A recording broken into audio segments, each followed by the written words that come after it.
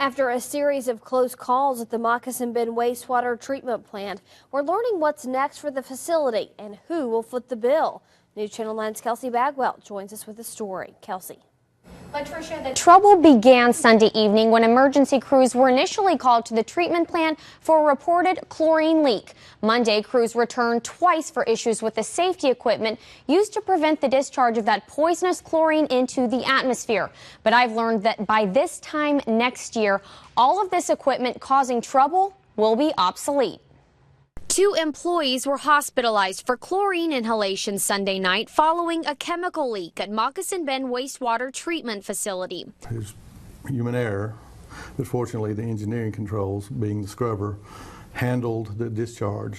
The plant's leadership tells us a worker opened the wrong valve when doing a routine replacement of a container housing 1 ton of chlorine, releasing the chemical from the cylinder.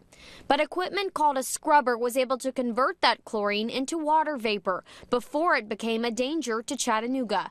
That same machinery is the culprit for emergency crews' next 2 visits to the facility and surrounding areas to check the air quality. We were monitoring the whole time with our monitoring devices, 360 degrees around the tank, never had any readings at all. We had firefighters above the tank, no readings at all. So the chlorine wasn't an issue. It's really just about a scrubber having a chemical reaction. At 2 different times Monday, firefighters had to douse the scrubber in water to cool it off. Chief Deputy Chris Adams says it's likely it got so hot because residue got into the container when crews were cleaning it after the chlorine leak. Well, it got up to around 1200 degrees. The scrubber, when it does its normal job, won't get over 215 degrees. That's average what it does. So it was really, we knew a chemical reaction was taking place, didn't know why. The city will pay $150,000 to replace the scrubber, but by this time next year, all of this equipment will be useless.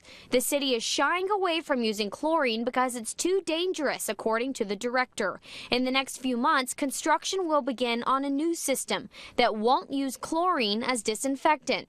It will cost an estimated $8 million. And then we will not have chlorine gas or a scrubber or the need for a scrubber.